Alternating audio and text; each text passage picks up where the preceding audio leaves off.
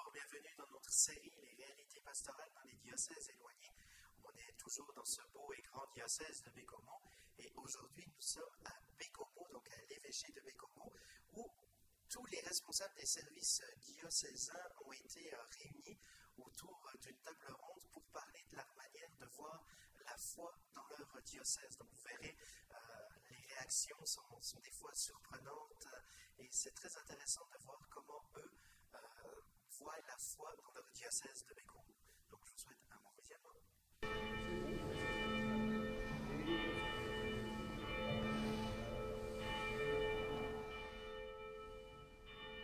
Qu'est-ce qui nous donne le plus d'espoir dans tout ce qu'on vit au diocèse et dans les paroisses sur ce territoire-là? Moi, j'ai quelque chose qui me vient, c'est que lundi passé, j'ai rassemblé du monde pour faire une équipe là, pour l'année de la miséricorde, la fameuse année de la miséricorde. Et je partais vraiment à zéro avec ça, une page blanche. Là. Et de voir l'enthousiasme des personnes qui étaient autour de la table, moi, ça m'a dynamisé. Là. Ça fait que c'est de l'espérance, ça. L'année de la miséricorde, elle ne compétitionnera pas l'année de la vie consacrée, mais ça va être beau. Différent. C'est vrai? Au niveau de la vie communautaire, moi, il y a quelque chose que je découvre. On en a parlé hier à l'église, c'était le dimanche là, de la catéchèse. Et un constat, j'arrive dans ma paroisse, puis c'est ma première année qu'on fait la structuration pour la dynamique là, de la catéchèse et tout ça. Et je fais un constat, je réalisais que, tu sais, on a toujours eu l'idée, là, où le priori disait, ben là, les jeunes ont fui l'Église, il n'y a plus de jeunes à l'Église, bon, ils ne pratiquent plus, ils ne sont plus là, il y a juste des têtes blanches dans l'Église. À la messe le dimanche, c'est encore un fait. Mais c'est que, là, je voyais, on a des demandes. Des demandes pour le baptême, des demandes pour les sacrements, des demandes pour la confirmation, des demandes pour le mariage. Bon, évidemment, ils font référence à ce qu'ils ont connu, les sacrements, mais ils arrivent, et là, le constat était, je dis aux gens hier, les gens demandent, mais nous autres, on n'est pas capables de répondre. J'ai pas de catéchète, j'ai pas assez de catéchètes pour les catéchèses, j'ai pas de catéchète pour le baptême, j'ai pas assez de catéchète pour les adolescents et la confirmation. Et là, je dis aux gens, alors, il va falloir qu'on arrête de dire que les gens ne sont pas là, parce que là, j'ai dit, ils cognent à la porte, mais nous autres, on ne peut pas répondre. On n'est pas capable de répondre à leurs attentes. Là, les gens, j'ai dit, là, on a un problème, il faut changer nos mentalités, dire les gens ne sont pas là, ils sont là. En tout cas, ça, c'est un constat. Ça m'a fait, c'est comme, ça m'a donné un élan, puis j'ai gorgé ça dans mon monde hier, très simplement. Les gens m'ont regardé, à l'église, à la messe, moi, ils savent ce que je pense. Ils savent pas tout ce que je pense. Le travail d'équipe, on a des équipes dans les communautés locales. Il y a des places que c'est parti, puis ils ont commencé à faire équipe. Mais il y a encore des places où le véritable esprit d'équipe, là, ça ne fonctionne pas encore comme il faut. Là. Il faut développer l'esprit d'équipe comme il faut développer aussi l'esprit communautaire. Ça va ensemble. Puis je ne suis pas à cause que je suis en équipe que je suis responsable, qu'il faut que je décide tout, puis que je fasse tout, puis que je donne des jobs. C'est pas ça un travail d'équipe. Chacun prend une responsabilité, puis il s'organise pour que chacun ait une responsabilité. Ça, je trouve que dans nos équipes de la communauté locale, en tout cas, moi, chez nous, ce que je vis, là, dans mon équipe, j'ai de la misère à introduire cette dimension-là de responsabilité, de travail d'équipe.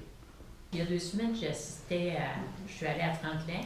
Ils faisaient une activité pour terminer la visite pastorale, puis comme pour commencer la nouvelle année aussi. Il y a eu un déjeuner et une messe à 4 heures, mais c'était de voir au déjeuner des gens qui venaient de partout, là. C'était pas uniquement Franklin, des gens de Bécomo, des gens de Godbout. Alors, c'était intéressant de voir la fraternité qui était en train de naître dans ces milieux-là. Hier, j'ai fait une autre expérience. Je suis allée à Ragno, et puis j'ai assisté à la messe et au déjeuner communautaire par la suite, parce qu'ils font une campagne pour réparer l'église. Et comme je travaille dans les équipes de la communauté locale, j'ai vu vraiment le fruit de tout ça. Des participants là, de l'équipe qui sont allés faire leur annonce de leurs activités. Pour moi, là, ça résonnait en moi comme les Actes des Apôtres, la première communauté chrétienne. Chacun y allait avec son activité. Et après ça, au déjeuner, là, tu sentais la fraternité. Il y avait un couple qui a déjà vécu à Ragno qui vit maintenant à l'extérieur, qui est revenu, et il disait comment il ressentait justement cet effet de fraternité dans le milieu où il avait déjà vécu. Je tenais à le mentionner. Je suis revenu d'une paroisse à Fermont, et c'est une paroisse un peu spéciale dans le Grand Nord, où il n'y a que des jeunes. Et depuis 2 ans, il y a une association qui s'appelle Cancer Fermont. Et actuellement, il y a 30 personnes qui ont du cancer à Fermont, qui ont moins de 40 ans, ce qui est quand même énorme. Et on a proposé le sacrement des malades, et 11 personnes sont venues. Des gens souvent très éloignés de l'Église. Ça rejoint ce que disait Yves, c'est qu'on a effectivement, c'est ça le paradoxe, des demandes. Il y a quelque chose qui attire les gens dans l'Église, et à la fois, on n'a pas la structure missionnaire qui correspond.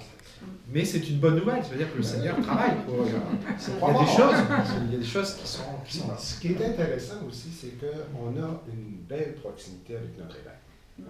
On est un petit diocèse, donc notre évêque, là, on le connaît assez, pas complètement encore, on est à découvrir, mais on travaille avec lui, on sait un peu sa dynamique. C'est un pasteur, c'est un homme de terrain, généreux, très généreux de son temps. C'est facile d'entrer en relation avec lui, on connaît un petit peu sa philosophie, automatiquement, ça nous dynamise aussi. Hein?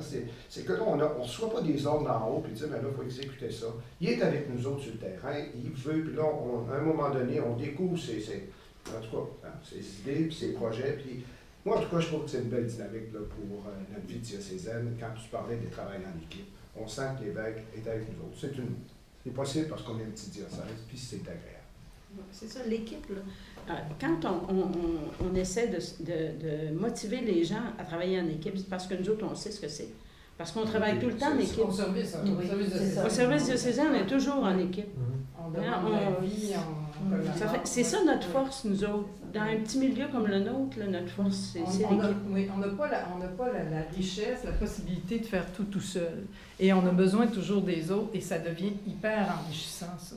Ça demande aussi beaucoup de souplesse, beaucoup d'humilité, mais c'est ça qui fait notre force. On regarde les derniers lancements diocésains, on est des équipes 6-7 à les organiser, et où on voit comment ce que les gens souvent nous disent, vous avez témoigné de l'Église vivante communautaire, et ça leur donne le goût chez eux de faire. Et il n'y a pas de leader qui transparaît plus qu'un autre. Là. Qui impose. Il n'y a pas de vedette dans la... On le ramène tout de suite. C'est ça. On le ramène.